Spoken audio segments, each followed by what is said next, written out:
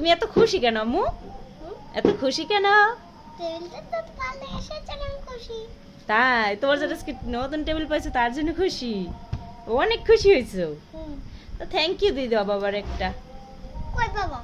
বাবা তো দোকানে আসলে পর দেবা। তাই তুমি খুশি আম্মু?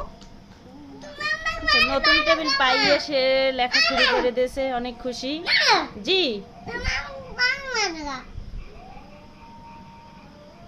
মাহি সেও লিখতে বসছে এখন। এইটা কি আম্মু? এইটা কি লেখা বলো তো? এইটা বলো তো, একটু বলো তো। তাই এটা সর। এইটা কি লেখা? তাড়াতাড়ি লেখো, তাড়াতাড়ি।